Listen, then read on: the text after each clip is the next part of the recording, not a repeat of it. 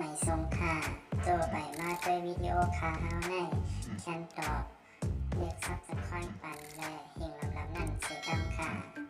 ยินจมขอบใจใหญ่ค่ะอุ้ยน่ะก็ดีกันน่ะคือว่า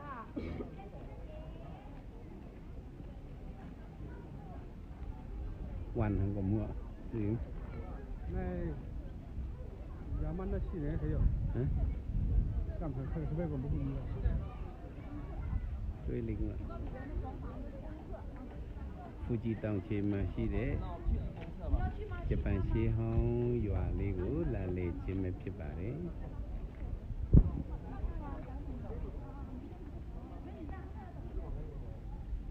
ရှေးဟောင်းရိုးရာတရားလေးဒီပါมาเอวเลยวันญี่ปุ่นอันมีติดดินลอยฟูจินะครับเอาพี่น้องเขาเฮ็ดไว้เป็นตีอยู่ที่เสาเข้มแหลมงามห้องน้ำอ่อนห้องเมืองอ่อนด้วยนี่ก็จริงพึ่งญี่ปุ่น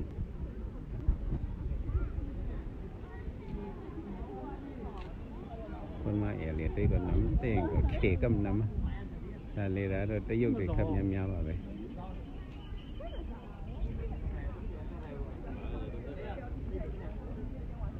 จะเป็นยุยาเองดีปะ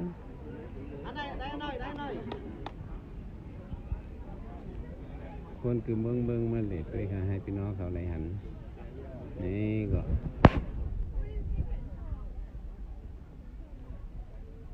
หมอหางเครื่องก็เป็นที่เป็นเอวเลยด้วยเข้มแล้วหรืองามนี่ก็ด้วยทางนี้เล่งเปล่าอันนี้ก็ยุยาเองลีอยู่เยอะอยู่อะไรอ่ะยีกันลีอยู่เยอะ还有5杯ลูกที่เปล่าอันนี้เพื่อนอันเขาเองกันเราแบบนี้ก็ยินแบบคนเราอันเป็นมากอย่างเด็กด้วยน้องผีนะครับนายยีกันลูกคอเลยฟูจิตองเราโหติงลูกพงนี่ลูกฟูจิตองเทกูด้วยที่กันนี่มันมีอะไรบ้าง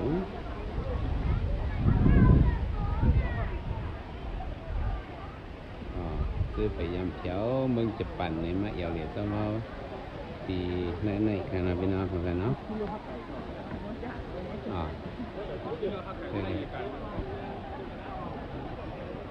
จะปั่นเราจะเราผู้ชินนักไก่ลูกก็ว่าเลย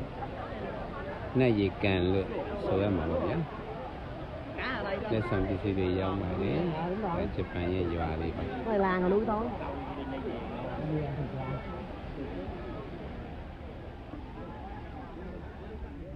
แต่เช้ามาเรียนน้องผีเขาเนี่ยเนาะ 好看，老皮。นี่เป็นน้องผีเขาอะพี่น้องเขาจำได้กันเนี่ย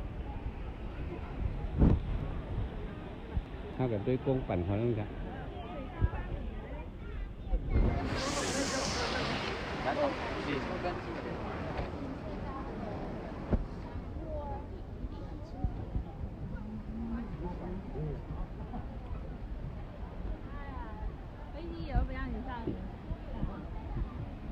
นี่ก็ตัวหนุ่มเลี้ยงมาไถ่ที่ไม้ต้องเขาเนี่ยต้องหมั่นตาล้ำไหม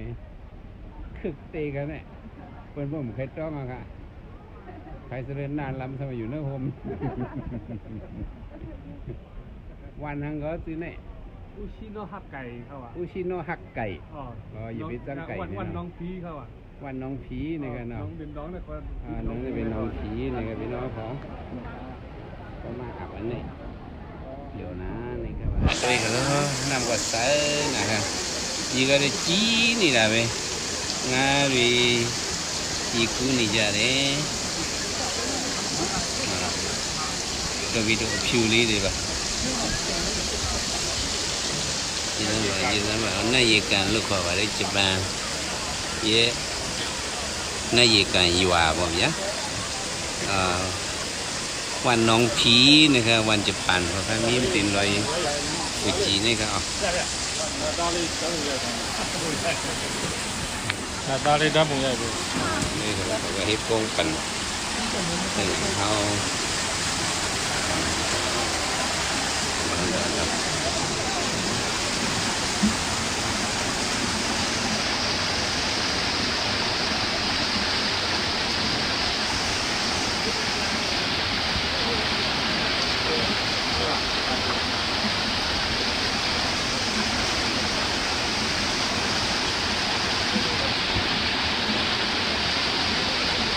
公款が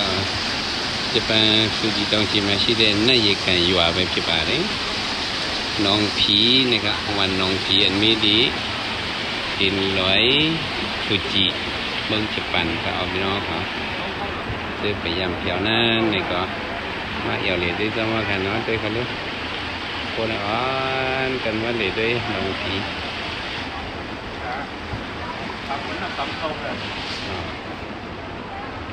นี่ก็ปลาอ่อนก็ไม่อยู่นั้นนั่น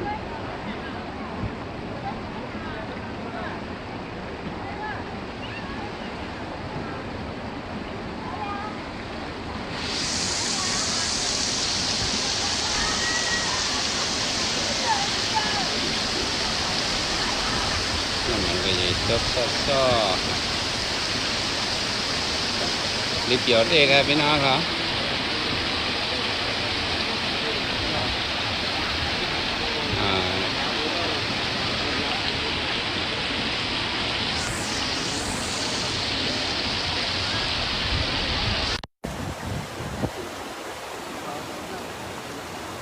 พี่น้องครับเขียวไว้ดีน้องผีเอาค่ะก็เช็คที่ฮักไก่นะครับเอาความจะปานว่าฮักไก่นะครับว่าน้องผีนะครับว่าในวันน้องผีน่าอยู่กันอยู่อาเว็บใช่ป่ะนี่จะปานในชีอยู่อย่าอยู่ที่ทะเลที่อยู่อาก็แต่น่าอยู่กันอยู่อา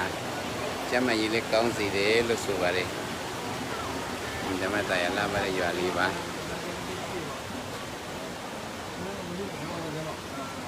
เราสบายทั้งเลยเนี่ยรีบหยาบเอาไหม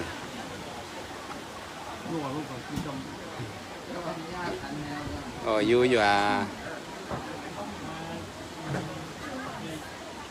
าสบายทั้งนี่แหละยีอาเนี่ยอยู่อีดอสบายทั้งเดทะเลวะชีจับอันโดยทะเลกูแต่พอยุ่งจะไม่เพียบเลยแต่สันทั้งนี่แหละวะ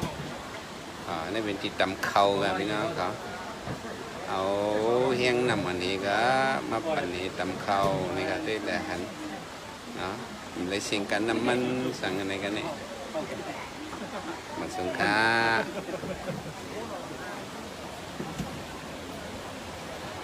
มาดูดังในแดงอินค่ะ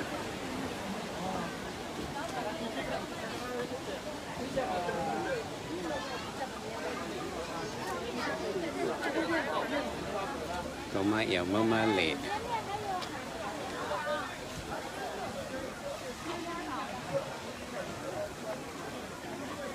นี่น้องใส่กันนี่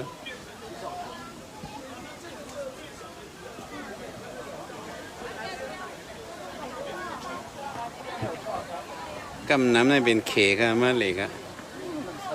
กูละเลยได้ทัวริสต์ด้วยเราเมียตัวเพียงแต่ยุคด้วยขมิ้นมีอะไรกันเนี่ยแต่ยุคเราเนี่ยนั่นตัวกบาเล็กขี้เดี๋ยวก้าวสูงในงานเสร็จแล้ววะตัวเปียวอะไรแต่ยุครัวไปเห็นเพียวเลี้ยงเห็นข้าวกันหรือว่าเปียวนี่จ้าละจะเป็นในงานอ่ะป้าวันจริงก็ที่เกทิ้งทิ้งเนี่ยในงานไม่เพียบไปเลยป้าวันจริงสภาวะลาก็เอ็มดำเมียนโนบาเลยที่เป็นเรื่องเลยเขาชิ้นที่ชิ้นไม่ใช่บ่าวตัวสภาวะแรงทาราบ่าอารมณ์มิงลาบ่าไม่จากเกี่ยมาจีดีมีดีเนี่ยเลยถ้าพี่น้องไล่ลุยพิจารณาเอาไหมมาซึ่งข้าพี่น้องเขาหมอกข้างในก็กันค่ะให้ค่ะเป็นสมอสายอะไรข้างในจะมาเหล่จะเนี่ยเขก็ปลาเวียดนามก็ปลาไต้ก็ปลาผมมีพี่น้องเขาอ้อนกันมาเอวเล่วันน้องผีในขนมมาซึ่ง